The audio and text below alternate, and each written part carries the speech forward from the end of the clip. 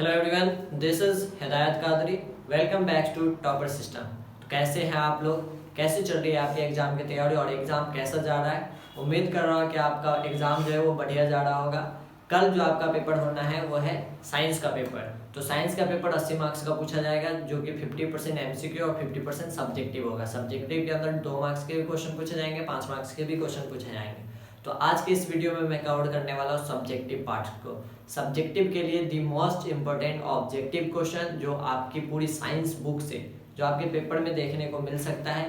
बहुत ही इम्पोर्टेंट सवाल सब है। हर एक क्वेश्चन को अच्छे से कर लेंगे तो आपका रिवीजन भी बढ़िया हो जाएगा और आपके पेपर में वो क्वेश्चन आने के चांसेस भी है। अगर आ गए तो आप उसको इसी वे में, एग्जैक्ट इसी वे में आंसर लिख सकते हो और आप पूरा 2 मार्क्स का होगा तो 2 मार्क्स प्राप्त कर सकते हैं और 5 मार्क्स का होगा तो 5 मार्क्स प्राप्त कर सकते हैं। इसकी पूरी पीडीएफ भी है जो कि आपको फ्री में मिल जाएगी। तो चलिए शुरू करते हैं। सबसे पहला क्वेश्चन जो है वो कितने मार्क्स के लिए है? 2 मार्क्स के लिए। पहला प्रश्न जो है वो 2 मार्क्स के लिए है, वो है कि टिंडल प्रभाव क्या होता है। और ये बहुत बार पूछा गया क्वेश्चन सब है। क्वेश्चन जो है वो इम्पोर्टेंट इसलिए बन जाता है क्योंकि ये पीवाईक्यू है। पीवाईक्यू मतलब प्रीवियस ईयर के क्वेश्चन है, जो कि ऑलरेडी पहले पूछा गया क्वेश्चन सब है और बोर्ड एग्जाम में क्वेश्चन रिपीट होता है। अब पहले का क्वेश्चन सब कर लो तो वही सब क्वेश्चन आने वाला है। तो टिंडल प्रभाव पूछा गया क्वेश्चन है, इंपोर्टेंट बन जाता है। होता है क्या टिंडल प्रभाव? अगर ये क्वेश्चन आ जाए कि टिंडल प्रभाव क्या है तो उसका आपको उत्तर कैसे लिखना है? आपको इसी वे में उत्तर लिखना है कि जब कोई प्रकाश किरण पुंज सूक्ष्म कणों से, यानी बहुत ही छोटे छोटे कणों से टकराता है तो उस किरण पुंज का मार्ग दिखाई देने लगता है। जब टकराता है तो मार्ग जो होता है वो दिखाई देने लगता है और इन कणों से विसरित प्रकाश परावर्तित होकर हमारे पास पहुंचता है, जो कि कोलाइडी कणों द्वारा प्रकाश के प्रकीर्णन की बड़ी घटना टिंडल प्रभाव उत्पन्न करती है। इसमें क्या क्या जो है वो घटना है, प्रकीर्णन की भी घटना, बड़ी घटना होती है जिससे टिंडल प्रभाव उत्पन्न होता है। तो इस सारे पॉइंट को आप अच्छे से ऐसे ही लिख देंगे। अगला क्वेश्चन है प्रतिबिंब के कितने प्रकार होते हैं? ये क्वेश्चन जो है, इस प्रतिबिंब के 2 प्रकार होते हैं, वास्तविक प्रतिबिंब और आभासी प्रतिबिंब। तो ये क्वेश्चन इस फॉर्म में भी पूछा जा सकता है कि वास्तविक प्रतिबिंब और आभासी प्रतिबिंब में अंतर बताइए। वास्तविक और आभासी प्रतिबिंब में अंतर बताइए। जब आपसे क्वेश्चन इस प्रकार से पूछा जाए कि अंतर बताना है तो अंतर बताने वाले का आप आंसर कैसे करेंगे? जैसे आपसे अंतर पूछा है तो एक तरफ आपको क्या लिखना है? वास्तविक प्रतिबिंब। एक साइड आप क्या लिखेंगे? वास्तविक प्रतिबिंब लिखेंगे, ठीक है। और दूसरा साइड आपको क्या लिखना है? ऐसे आपको लाइन खींचनी है, कंपेयर टाइप टेबल बनानी है और इधर आपको लिखना है आभासी प्रतिबिंब। क्या लिखना है?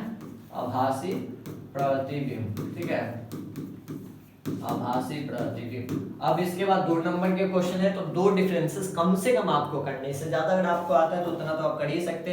अब 2 डिफरेंस लिखना है। यहाँ पे आप पॉइंट नंबर 1 लिखेंगे, वास्तविक प्रतिबिंब का पॉइंट लिखेंगे, यहाँ आभासी प्रतिबिंब का पॉइंट लिखेंगे। फिर पॉइंट नंबर 2 लिखेंगे, यहाँ वास्तविक प्रतिबिंब का पॉइंट लिखेंगे और यहाँ आभासी प्रतिबिंब का पॉइंट लिखेंगे। तो क्वेश्चन आपसे ऐसे भी पूछा जा सकता है। यहाँ आपसे जो पूछा है क्वेश्चन वो सीधे प्रतिबिंब के प्रकार पूछे, जो कि 2 होते हैं, वास्तविक प्रतिबिंब और आभासी प्रतिबिंब। इसका आप डेफिनेशन लिख सकते हैं। जब प्रकाश की किरणें लेंस में अपवर्तन के पश्चात वास्तव में दूसरे बिंदु से मिल जाती है, वास्तव में मिल जाती है या दिखाई देती है तो उसे हम क्या करते हैं? प्रतिबिंब। वास्तविक जो है वो प्रतिबिंब कहलाता है और ये उत्तल लेंस में प्रायः होता है। किस लेंस में पाया जाता है? उत्तल लेंस में प्रायः आपको वास्तविक प्रतिबिंब देखने को मिलेगी। आभासी प्रतिबिंब क्या होता है? जब प्रकाश की किरणें अपवर्तन के पश्चात मिलती हुई प्रतीत होती है, यानी दिखाई देती है, एक्चुअल में मिलती नहीं। अगर मिलती है तो वास्तविक, अगर दिखाई देती है, मिलती हो तो आभासी कहते हैं, जो कि हमेशा कौन बनाता है?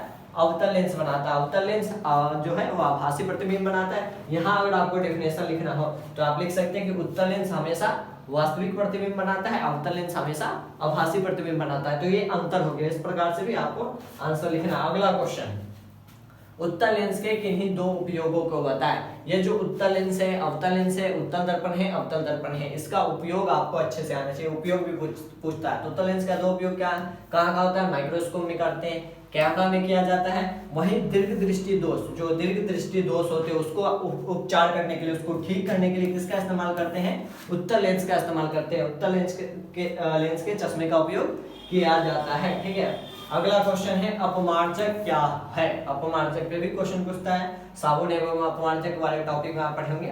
अपमार्जक क्या होते हैं? ऐसे रासायनिक पदार्थ होते हैं जिनमें आर्द्रता गुण, परिक्षेपण गुण तथा पारशी व कारक गुण मौजूद होते हैं, वह अपमार्जक कहलाते हैं।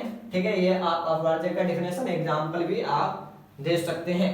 और इसके बाद ये क्वेश्चन पूछा है कि लोहे को जंग से बचाने के लिए दो तरीके बताए। 2 नंबर का क्वेश्चन है, दो तरीका पूछेगा, आपको दो तरीका बता देना है। पहला तरीका है लोहे को जंग से मतलब जंग से बचाने के लिए, पहला है तेल या ग्रीस की परत लेप कर क्या करेंगे, तेल लगा देंगे की परत चढ़ा देंगे या फिर ग्रीस की परत हम चढ़ा देंगे, तो उससे क्या होगा, लोहा जो है वो जंग से बच जा सकता है। इसके बाद क्या कर सकते हैं, एनिमल से दूसरा तरीका क्या है, एनिमल की परत चढ़ा देंगे तो उससे भी हम क्या कर सकते हैं, लोहे की सतह पर रंग रोगन की स्तर जमाकर जंग पर नियंत्रण पाया जा सकता है, पाया जाता है। आप देखते ही होंगे कि कलर करा जाता है, लोहा को कलर क्यों करा जाता है, इसके पीछे कारण वही होता है कि अगर हम कलर वलर करते हैं तो जंग नहीं लगेगा। ठीक है ना, इसलिए आप देखोगे बसों में, मोटरसाइकिल में, स्कूटर में आदि में एनिमल के स्तर जमाई जाती है, तो ये आप तरीके लिख देंगे। अगला क्वेश्चन है मिश्र धातु किसे कहते हैं। मिश्र धातु बनाने के दो फायदे क्या है, आपको दो फायदा बताना है। पहली बात, मिश्र धातु क्या होता है, जब हम धातु का किसी धातु से या फिर अधातु से अगर हम मिलाते हैं, मिलाकर क्या करवाते हैं, समांगी मिश्रण बनाते हैं, तो उसे हम मिश्र धातु कहते हैं। जैसे एग्जाम्पल में आप रोज मेटल, पीतल देखते होंगे, स्टील देखते होंगे, कांसा देखते होंगे। ये पीतल स्टील क्या है, ये धातु नहीं है, ये मिश्र धातु है। और मिश्र धातु बनाने का फायदा क्या है, क्योंकि मिश्र धातु जो होता है वो संक्षारण रोधी होता है, उपयोगिता को बढ़ा देता है। उपयोगिता जो बढ़ जाती है, मिश्र धातु आपके पास रहेगा तो आप उसका उपयोग भी कर सकते हैं, जिससे उपयोगिता बढ़ जाती है। ठीक है, इसके बाद है गैल्वेनीकरण क्या है, गैल्वेनाइजेशन। इसी को सवाल आपको ऐसे भी पूछ सकता है, यशद लेपन क्या है, ये भी सेम ही है। हिंदी में इसको कहते हैं यशद लेपन और इंग्लिश में गैल्वेनीकरण या गैल्वेनाइजेशन कहा जाता है। तो ये क्या होता है वो आपको लिखना है कि लोहे की बनी वस्तुओं को पिघले हुए जिंक में, मेन आपको पॉइंट जो रखना है, गैल्वेनीकरण में किसका उपयोग करा जाता है, जिंक में डुबो देने से या विद्युत विधि द्वारा लोहे पर जिंक की एक बारीक परत चढ़ाने की प्रक्रिया गैल्वेनीकरण यानी यशद लेपन कहलाता है। ये आपको पॉइंट लिख देना है। अगला क्वेश्चन है मृत जीवी पोषण, ये बायोलॉजी का क्वेश्चन है। पोषण से मृत जीवी पोषण क्या, नाम में ही मृत है, यानी आप समझ सकते हैं सड़ा गला मरा हुआ चीज, यानी मृत जीवी सड़े गले कार्बनिक पदार्थ पर पाए जाते हैं, उसी से कार्बनिक घोल के रूप में भोजन प्राप्त करते हैं, उसी से भोजन प्राप्त करते हैं। जैसे कवक हो गया, कुछ जीवाणु हो गए यानी वायरस, बैक्टीरिया वगैरह सब, ये सब क्या होगा, मृत जीवी पोषण करता है। इसके बाद अगला क्वेश्चन है, बहुत इंपोर्टेंट क्वेश्चन बन जाता है, ग्रीन हाउस प्रभाव, ग्रीन हाउस इफेक्ट किसे कहते हैं। ग्रीन हाउस इफेक्ट क्या होता है, प्रभाव क्या होता है। वायुमंडल में आपको 3 गैस का नाम मालूम होना चाहिए। वायुमंडल में मीथेन यानी CH4, कार्बन डाइऑक्साइड CO2 और CO कार्बन मोनोऑक्साइड, ये जो 3 गैस है, methane, carbon dioxide, carbon monoxide गैसें तथा उड़ता हुआ डार्क से वायुमंडल का तापक्रम यानी टेम्परेचर बढ़ जाता है, जिससे ग्रीन हाउस प्रभाव कहते हैं। ग्रीन हाउस प्रभाव उत्पन्न हो जाता है। ठीक है ना, किस ग्रीन हाउस प्रभाव में कौन से 3 गैस शामिल होते हैं, कार्बन डाइऑक्साइड, कार्बन मोनोऑक्साइड और मीथेन गैस यानी CH4, ये आपको अच्छे से आना चाहिए। इसके बाद डायलिसिस क्या है, डायलिसिस आपको समझाना है कि असामान्य स्थिति में जब मनुष्य का वृक्क कार्य नहीं करता यानी किडनी फेल हो जाता है, किडनी काम करना बंद कर देता है, तो चिकित्सक क्या करते हैं, डॉक्टर क्या करते हैं, कृत्रिम वृक्क यानी आर्टिफिशियल किडनी का उपयोग कराते हैं, प्रयोग कराते हैं, और यह अपोहन के सिद्धांत पर कार्य करता है। इस प्रकार एक कृत्रिम वृक्क नाइट्रोजनी अपशिष्ट उत्पादों को रक्त से अपोहन द्वारा निकालने की एक युक्ति होती है, और ये सारा विधि जो है यही डायलिसिस कहलाता है। ये क्या कहलाता है, डायलिसिस कहलाता है कि अगर किडनी काम करना बंद कर देता है तो उसकी जगह पे आर्टिफिशियल किडनी लगाकर प्रयोग करा जाता है, उपयोग करा जाता है, तो ये आपका डायलिसिस हो जाएगा। ठीक है, अगला क्वेश्चन है 5 नंबर के लिए, कितने मार्क्स के लिए, ये आप क्वेश्चन देख के ही समझ सकते हैं कितने नंबर के क्वेश्चन है, 5 मार्क्स के क्वेश्चन है। कितने, 5 मार्क्स के क्वेश्चन है। मानव नेत्र के समंजन की प्रक्रिया क्या होती है, इसकी व्याख्या करें। समंजन क्षमता 2 नंबर में पूछा जा सकता है, अगर पूरा व्याख्या पूछे तो ये 5 नंबर पे पूछेगा। और मानव नेत्र से एक और टॉपिक जो है वो इंपोर्टेंट बन जाता है, जिससे 5 नंबर के क्वेश्चन पूछे जा सकते हैं, वो है दृष्टि दोष। क्या, दृष्टि दोष, दृष्टि दोष भी इंपोर्टेंट टॉपिक बन जाता है, इंपोर्टेंट टॉपिक है। इस टॉपिक को भी आपको अच्छे से कर लेना है, अच्छे से एकदम कर लेना है दृष्टि दोष। कि दृष्टि दोष क्या होता है, कितने प्रकार के होते हैं, जरा दृष्टि दोष क्या होता है, उसको ठीक कैसे करा जा सकता है, निकट दृष्टि दोष क्या होता है, उसको ठीक कैसे करा जा सकता है, दीर्घ दृष्टि दोष क्या होता है, उसको ठीक कैसे करा जा सकता है, अबिंदुकता क्या होता है, ये सारा पॉइंट आपको दृष्टि दोष भी 5 नंबर में पूछा जा सकता है। अभी सवाल आपसे पूछा गया है कि समंजन की प्रक्रिया क्या होती है, वो आपको समझाना है कि नेत्र लेंस की फोकस दूरी में परिवर्तन से दृष्टिपटल यानी जिसको रेटिना कहते हैं पर निकट तथा दूर की वस्तुओं के प्रतिबिंबों का फोकस होता है। यह समायोजन कहलाता है जो सिलियरी पेशियों द्वारा संपादित होता है। या आप डिफिनेशन, पहले डिफिनेशन पूछा तो आप डिफिनेशन समझा देंगे, उसका डिटेल आपको समझाना है, जो कि सेम आपको इसी पॉइंट में लिखना है। सारा कुछ लिखा हुआ है। आप इसका क्वेश्चन है सावनीकरण से आप क्या समझते हैं, व्याख्या करें। यह एक एस्टीकरण से किस प्रकार भिन्न है, ये भी बहुत बार पूछा गया क्वेश्चन है, बहुत इंपॉर्टेंट क्वेश्चन बन जाता है आपके लिए। सावनीकरण जिसपे बहुत बार क्वेश्चन पूछा गया, तो सबसे पहले आपको सावनीकरण समझाना है, इसके बाद ये बताना है कि एस्टीकरण से किस प्रकार अलग है। सावनीकरण क्या है, जब वसा और तेल के झाड़ को यानी पोटेशियम हाइड्रोक्साइड या फिर सोडियम हाइड्रोक्साइड KOH या फिर NaOH सोडियम हाइड्रोक्साइड या फिर पोटेशियम हाइड्रोक्साइड के साथ उबाला जाता है तो वसा या तेल के अणु अपघटित हो जाते हैं, इसके फलस्वरूप साबुन बनता है। इसी अभिक्रिया को साबुनीकरण कहते हैं। साबुन कैसे बनता है, वसा तेल बनता है। वसा और तेल को जब हम क्षार के साथ उबालते हैं, कोई सा भी क्षार, सोडियम हाइड्रोक्साइड या फिर पोटेशियम हाइड्रोक्साइड, तो क्या होता है कि वसा और तेल का अणु जो है वो अपघटित हो जाता है, टूट जाता है, उसके बाद क्या बनता है, साबुन बनता है। इसी प्रक्रिया को साबुनीकरण कहते हैं। साबुनीकरण में कार्बोक्सिलिक अम्ल और क्षार के बीच अभिक्रिया होती है, जबकि एस्टीकरण में अल्कोहल। अंतर आपको बताना है कि दोनों अलग अलग क्यों है। तो साबुनीकरण में कार्बोक्सिलिक अम्ल का इस्तेमाल करा जाता है, वही एस्टीकरण में अल्कोहल और कार्बोक्सिलिक अम्ल के बीच अभिक्रिया होती है। वहाँ कार्बोक्सिलिक अम्ल और क्षार कोई सा भी बेस के बीच अभिक्रिया होती है, ये अलग लिख देना है। एस्टीकरण में उत्प्रेरक होता है जो अभिक्रिया को की स्पीड को बढ़ा देता है, वहीं साबुनीकरण में उत्प्रेरक नहीं होता है। ये आपको अंतर समझा देना है। 5 मार्क्स के क्वेश्चन है। अगला क्वेश्चन है, ये भी 5 मार्क्स के लिए, उत्तक संवर्धन क्या है और यह कैसे संपन्न होता है, ये भी आपको समझाना है कि उत्तक संवर्धन तकनीक द्वारा किसी एक पौधा के उत्तक को पौधों की शीर्ष या वर्धमान भाग से पृथक कर नए पौधे उगाए जाते हैं। जो नए पौधे उगाए जाते हैं, इन कोशिकाओं को कृत्रिम पोषक माध्यम में रखा जाता है, जिससे कोशिकाएं विभाजित होकर अनेक कोशिकाओं का छोटा समूह बनाते हैं, जिसे कैलस कहते हैं। कैलस को वृद्धि एवं विभेदन के हार्मोन युक्त अन्य माध्यम में स्थानांतरित किया जाता है, जिससे नए नए पादप निकलते हैं और इन पादपों का स्थानांतरित मिट्टी में किया जाता है, जिससे वे वृद्धि करके पौधों में विकसित हो जाते हैं। ये पूरा आपको समझाना है। पहले उत्तक संवर्धन होता है क्या और कैसे संपन्न होता है, कैसे जो है कैलस आता है, कैलस जो वृद्धि करता है हार्मोन युक्त के द्वारा स्थानांतरित होता है, एक जगह ट्रांसफर होता है, उससे नए नए पादप निकलते हैं। ये सारा कुछ आपको समझा देना। अगला क्वेश्चन, धमनी और सीरा में अंतर लिखे। धमनी और सीरा में अंतर लिखे, तो इस सवाल को भी आप ऐसे ही करेंगे जैसे आप वास्तविक और आभासी प्रतिबिंब का करेंगे। यानी अंतर है तो अंतर के लिए क्या करेंगे, लाइन लेंगे। इस साइड आपको धमनी लिखना है, इस साइड सीरा लिखना है, दोनों का अंतर बताना है। धमनी हृदय से रक्त का संवहन शरीर के विभिन्न भागों में करता है, वहीं सीरा क्या करता है, शरीर के विभिन्न भागों से हृदय तक पहुंचाता है। ठीक है। फुस्फुस धमनी को छोड़कर शेष धमनियां ऑक्सीजन युक्त शुद्ध रक्त का परिवहन करता है, वही आपको उसका लिख देना सीरा का। इसमें कपाट नहीं होता, उसमें कपाट होते हैं। इसकी दीवारें मोटी होती है, सीरा की दीवारें पतली होती है। ये मांस के अंदर अधिक गहराई में स्थित होता है। इसमें रक्त का बहाव तेज और झटके में होता है, वहीं वहां जो होता है वो स्लो होता है। ये आप सीरा का भी लिख सकते हैं। सीरा का धमनी हो गया, धमनी के बाद आप सीरा देख सकते हैं। सीरा का जो होता है कपाट होता है, दीवारें पतली होती है, मांस के अंदर कम गहराई में, वो अधिक गहराई में होती है। यहाँ बहाव जो होती है वो धीमी चाल से होती है। ये सारे पॉइंट आपको डिफरेंशिएट करके अंतर करके लिखना है। एक तरफ धमनी में लिखना है, एक तरफ आपको सीरा में लिखना है। तो ये भी आपके 5 मार्क्स के क्वेश्चन बन जाएंगे। अगला क्वेश्चन है, संतुलित रासायनिक समीकरण क्या है, रासायनिक समीकरण को संतुलित करना क्यों आवश्यक है। ये भी आपके 5 मार्क्स के क्वेश्चन हो गया।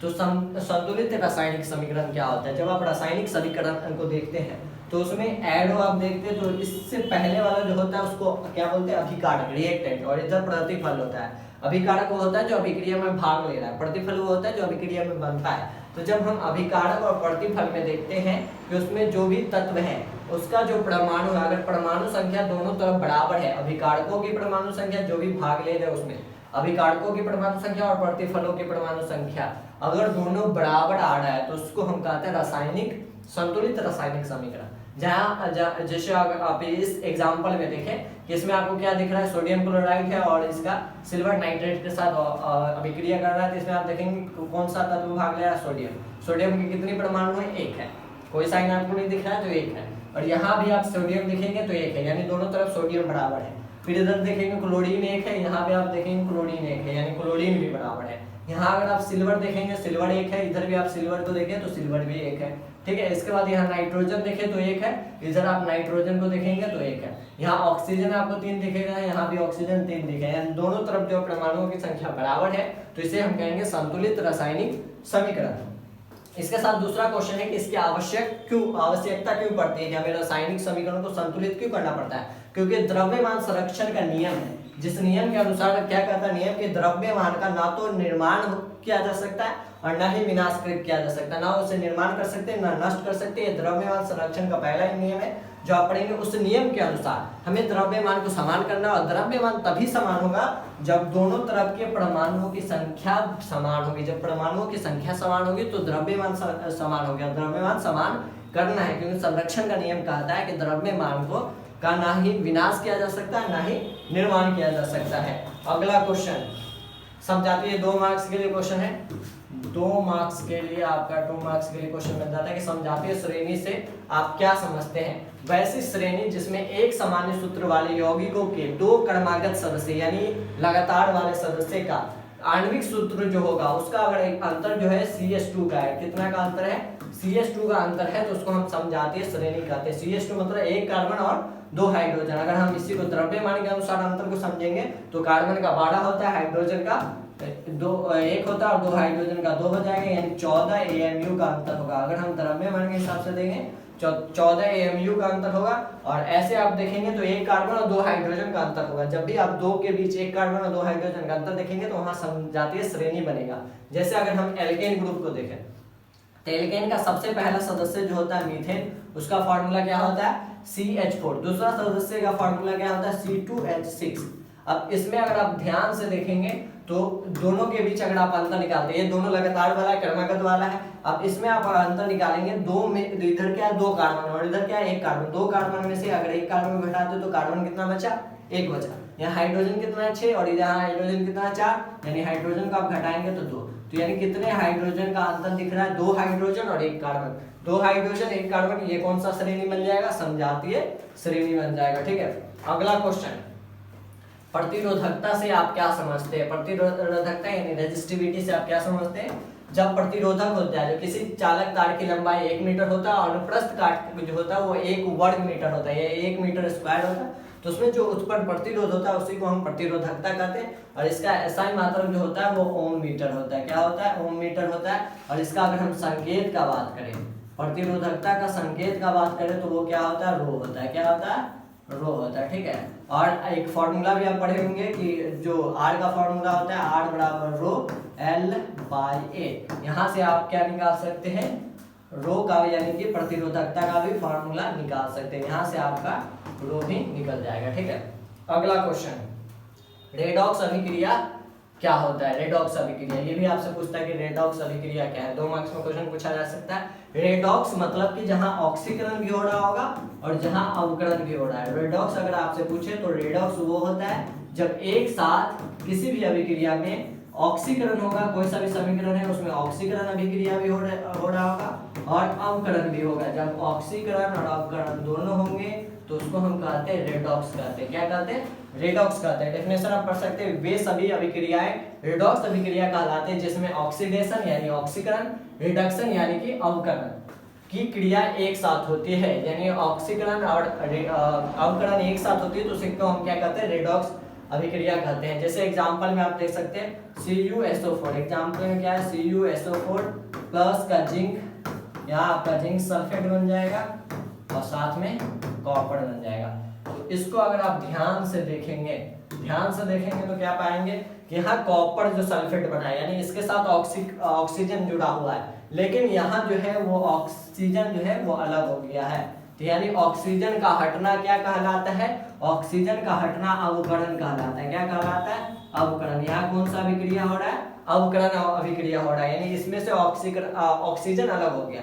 और जब ऑक्सीजन किसी में जुड़ जाए तो उसे भी हम क्या कहते हैं? उसे ऑक्सीकरण कहते हैं। यहाँ जिंक के साथ ऑक्सीजन नहीं है, लेकिन इसमें आप देखेंगे तो जिंक के साथ ऑक्सीजन आके जुड़ गया है, तो यहाँ क्या हुआ है? ऑक्सीकरण हुआ। यहाँ क्या हुआ है? ऑक्सीकरण हुआ। क्या हुआ है? यहाँ आप लिख सकते हैं, यहाँ हुआ है ऑक्सीकरण। क्या हुआ है? ऑक्सीकरण हुआ है। यहाँ ऑक्सीकरण हुआ है। तो आप इस कंप्लीट रिएक्शन में क्या देखेंगे कि ऑक्सीकरण भी हो रहा है और अवकरण भी हो रहा है, तो ये कहला जाएगा रेडॉक्स। ये क्या कहला जाएगा? रेडॉक्स अभिक्रिया कहला जाएगा। ठीक है, अगला क्वेश्चन हम देखते हैं। अगला क्वेश्चन है बहुत ही इंपॉर्टेंट क्वेश्चन है।